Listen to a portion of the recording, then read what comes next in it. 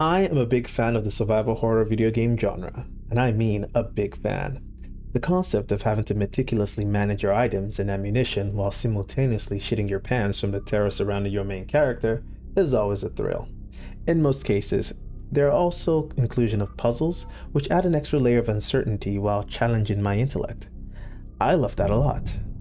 Back in the early 2000s, franchises such as Silent Hill, Resident Evil, and the forgotten Parasite Eve provided some of the best examples of what the survival horror genre should look like. Exploring desolate buildings and pathways with minimal ammunition always brought about a deep sense of fear as you try to navigate your character through apocalyptic and, in some cases, unstoppable forms of terror. However, these days I find it hard to see survival horror games get made like they used to. What we are sometimes left with are regurgitating remakes and, in some cases, just flat out bad games that you wonder what they were thinking when they sat down to program them. Due to this mild frustration, I decided to go back to the early 2000s once again to treat myself to a healthy dose of nostalgia by playing one of the old greats, Alone in the Dark: The New Nightmare. The game starts up with an intro which shows a few characters, half of which you never see again until the end of the entire playthrough.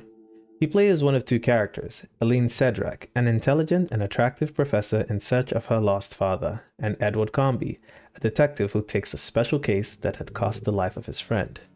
The case revolves around the mysterious Morton family, who uses their generational wealth to awaken an ancient evil and create a gateway between the darkness and the light. The darkness being where the aspects of evil reside, and the light being where humans currently inhabit.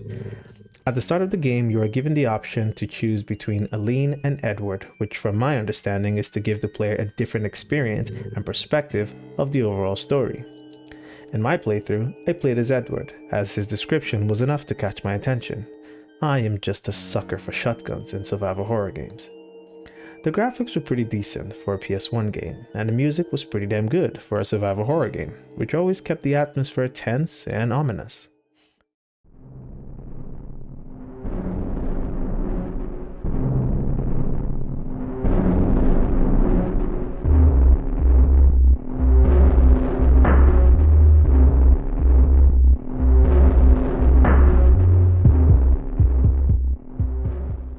The voice acting was not the greatest, to be honest, but it wasn't the worst I ever heard.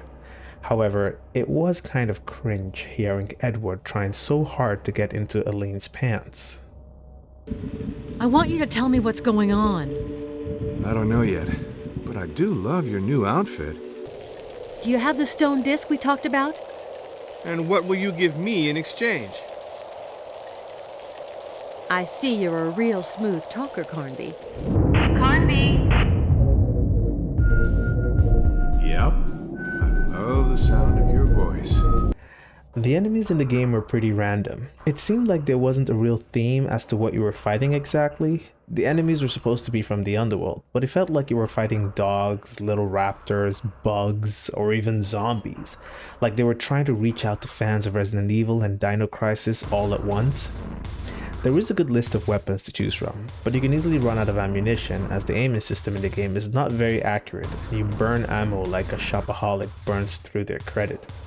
It is important to note that there are no melee options in the game, so shoot wisely.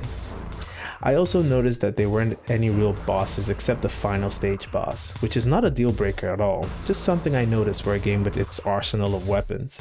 I guess they were more focused on the puzzles in the game because they were pretty damn good and tough, particularly that of the library and the other with the flashlight.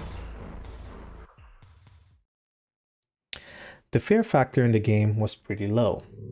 The ambience and soundtrack give the vibe that you are in a horror story, but other than that, it barely lives up to its name. A few jump scares here and there, but nothing too crazy.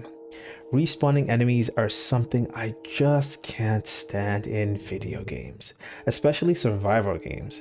Call me picky, but they just make you consume your ammunition and health items, and the fact that sometimes I have to ignore them is so sad knowing that some enemies get to survive in my playthrough. To make matters worse, in this game, they can just respawn in front of you, barely rendered, and you just take unfair damage points out of nowhere. It gets a lot worse in the endgame, but if you are lucky as I was, you'll find just what you need to make the experience a lot easier. In the end, it was a refreshing experience playing this game. It really gave me that retro survival horror experience I was craving. The puzzles were really well done and the game's progression was pretty good. It was not the scariest experience, but I don't think it needed to be. It had a good pace to the story, and it was really interesting getting to understand the motives of the Morton family. Overall, I give Alone in the Dark: The New Nightmare a decent 7 out of 10. While making this video, I found that the original Alone in the Dark game was actually the first ever 3D survival horror game, so technically, games like Resident Evil and Silent Hill were actually originally inspired by Alone in the Dark. Go figure.